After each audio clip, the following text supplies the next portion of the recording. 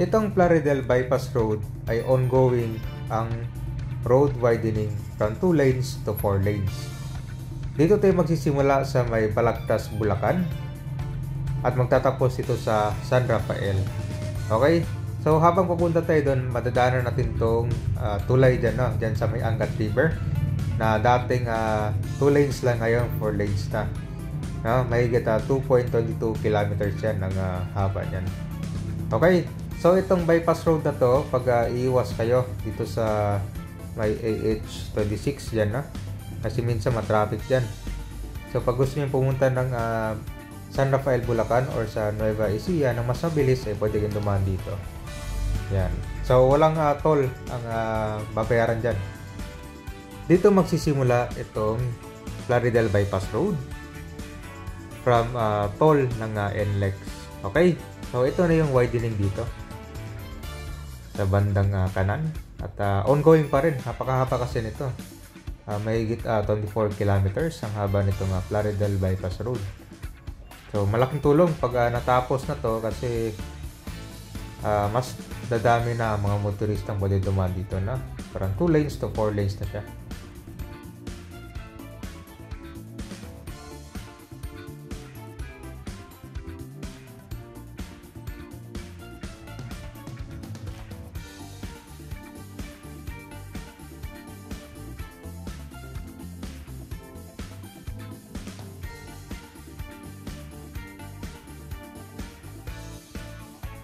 Yan, mamaya papasadahan natin by car yan para makikita nyo yung daanan. Okay, so yung ginagamit pala dito malapit sa Balagtas, Bulacan ay itong 2 lanes pa lang kasi ginagawa pa yung sa bandang kaliwa.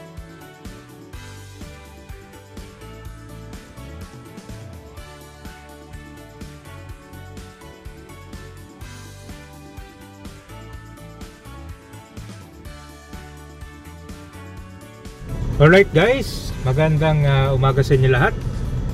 Nandito na tayo ngayon sa Balagtas sa Bulacan. At itong nakikita nyo sa harap kabayan, yan na po yung Plaridel Bypass Road. Okay, itong kaliwa papuntang Maharlika Highway, no? Pabalik doon hanggang sa may MacArthur Highway na din. So itong pakanan natin, papunta na to ng San Rafael, Bulacan. At madadaanan natin itong kakagawa lang din na widening dito sa Plaridel Bypass Road na from 2 lanes ay ginawa nilang 4 lanes, no? At sama lang kayo at madadaanan din natin yung Angat Bridge. Yan. Okay, so dito pala nagsimula na yung road widening, no? Kasi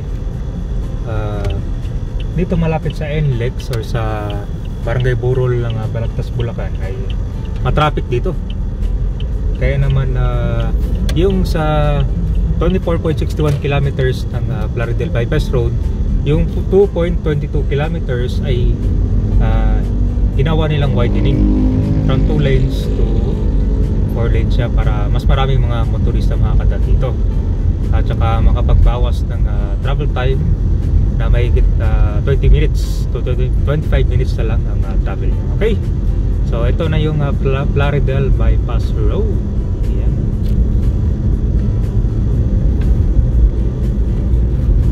So titignan natin yung ongoing development scheme dito, kung saan ay yung widening na mga lawak na, no?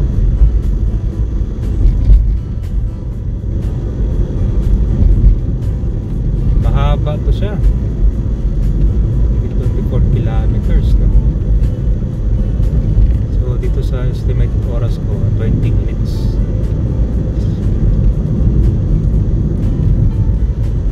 Ongoing pa pala itong sa Mandangan, no? Kaliwa. So maraming parte ang madadaanan nito ng Bulacan, isa ng Balagtas, Giginto, San Rafael.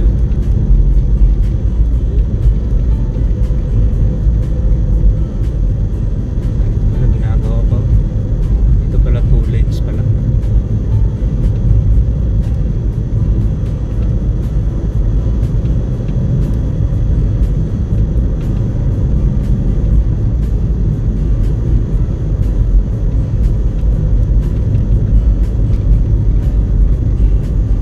Ito yung maganda mamaya kabayan, yung tulay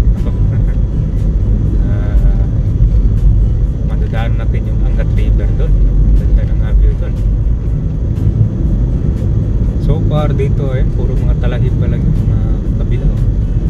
Ito may nagtitinda ng mga parrots at saka ito, watermelon dito. Dami.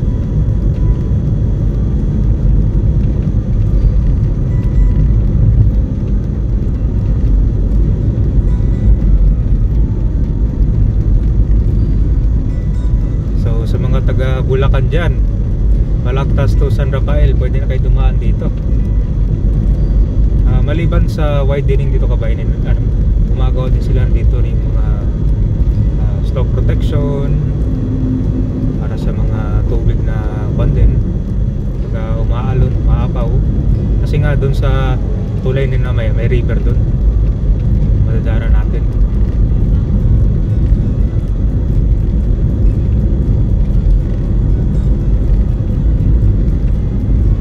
Walang traffic dito ah.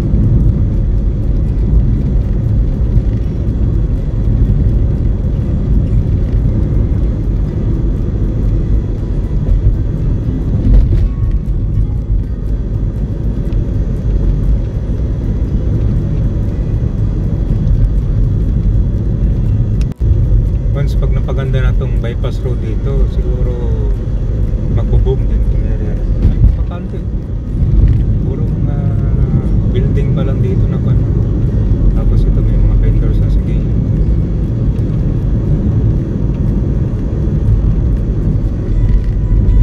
Ganda oh. Lawak nito.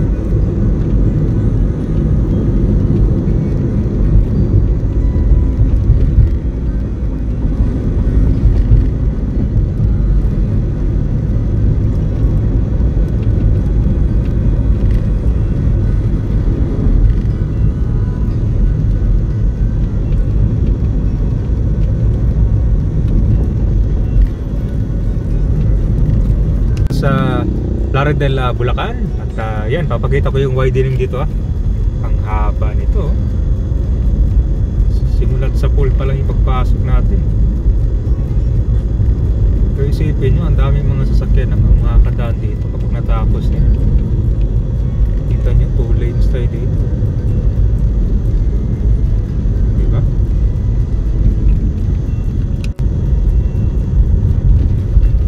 Ayan na. Purupan pa lang yan. Buo pa lang yung kalsada. Okay. So update natin to kung natapos na yung banda. Haba niya. Naglagay na sila ng bako dito. Pero maganda itong kanya. Hindi naman siya malubak. Kaya yung mga maliliit na sasakyan, dire-diretso lang ang takbo nila.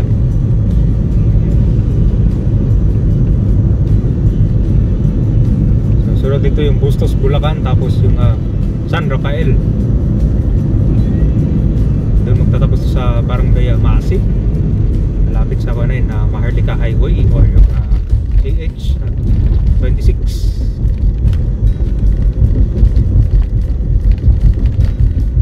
Ayun ang Bustos hanggat sa kanan pala papuntang Balagtas.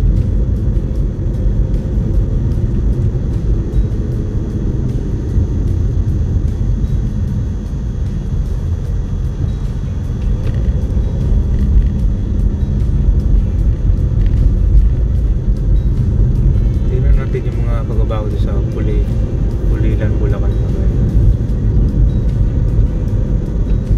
Meron na pala pa Durable Motors, ano pala, business na titinda ng mga sakyan.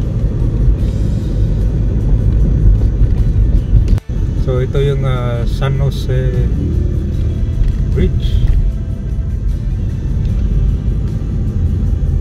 So para magkakaroon din pala ng isang tulay pa para sa additional 2 lanes.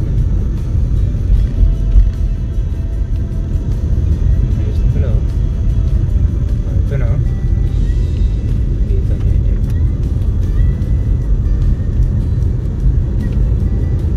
Haba nito.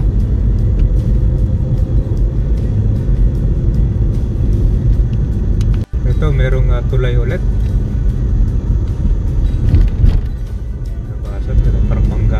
Beach yata yun. Parang nagtitinda ng dalag tsaka hito dito, mga bayan.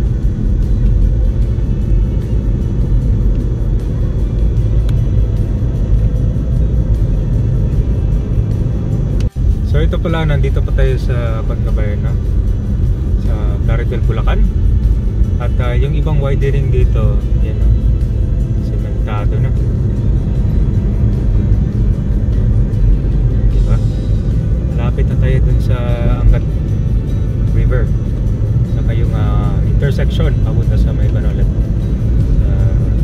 highway, or yung Pan-Philippine Highway, tinatawag.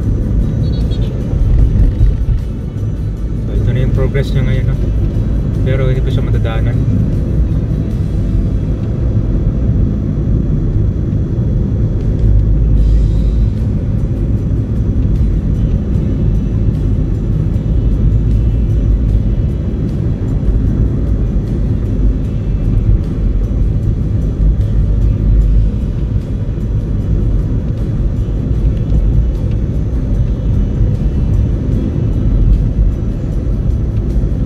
Medyo mataas sa punto dito na sa existing road, no? Angat pa.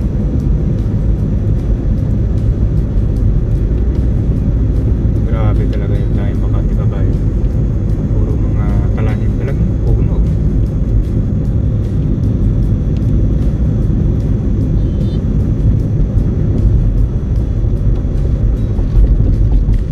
Alright, ito parte na ng Bustos sa Bulacan. At meron pala silang ginagawang para siyang flyover, oh. Yan kasi dediretso na yan hanggang papuntang San Rafael, no? Okay, so maganda pala kasi meron pa dito kabayan, no? Ginagawang flyover para iwas traffic dito sa intersection. Yan, no? Dito intersection na kasi ito siya.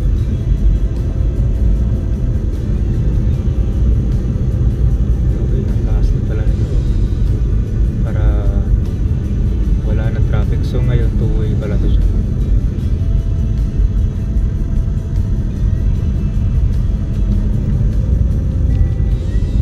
Okay, so ito, malapit na tayo sa river. Tapos pagdating nyo dito, kakanan lang kayo. Kakanan ba? Kakanan.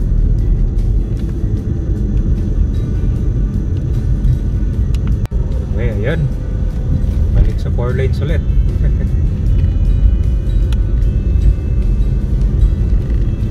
Maganda siya, parang nasa NLEX ka lang. Kasi yung ganyan, gitna niya may bakod, yan, may harang. Maganda yan. So parang expressway dito, pero ayun, nakakadaan pala yung mga motor dito. Pero 400cc.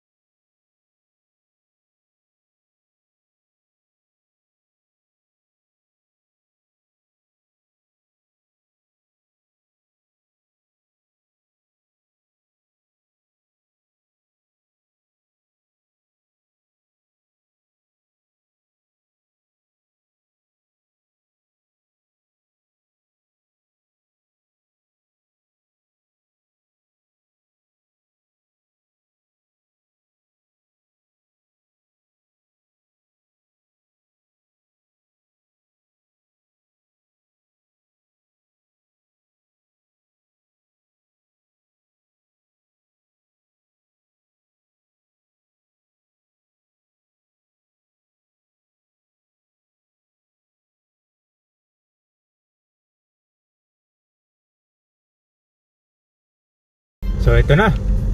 Ito na yung tulay. At yung bagong gawa na tulay ay nandiyan na sa bandang kaliwa, no? So pinakita ko muna yung aerial view, tapos ito daanan natin na by car. Diba ang ganda ng view dito. Tsaka ang taas nitong bridge na to, no? Yan, no? Wala ng traffic dito sa tulay kasi may additional 2 lanes na.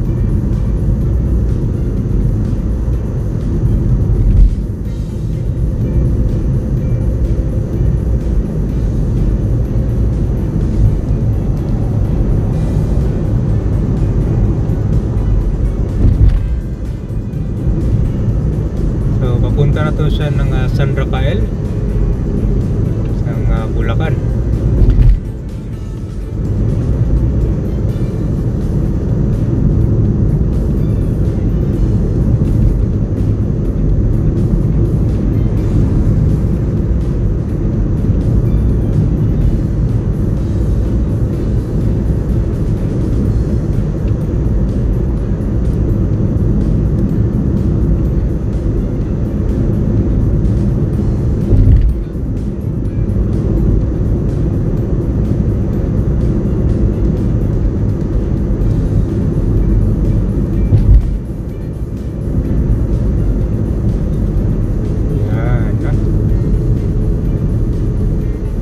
Kita nyo dun sa bandang kanan yung papuntang Balagtas, Bulacan.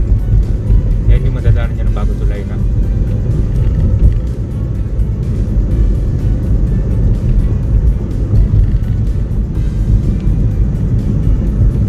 Okay, so ito pag diniretso papunta na to ng Maharlika Highway. Yan, so sa may San Rafael, Bulacan. So dito paglampas natin ginagawa pa yung additional 2 lanes ulit.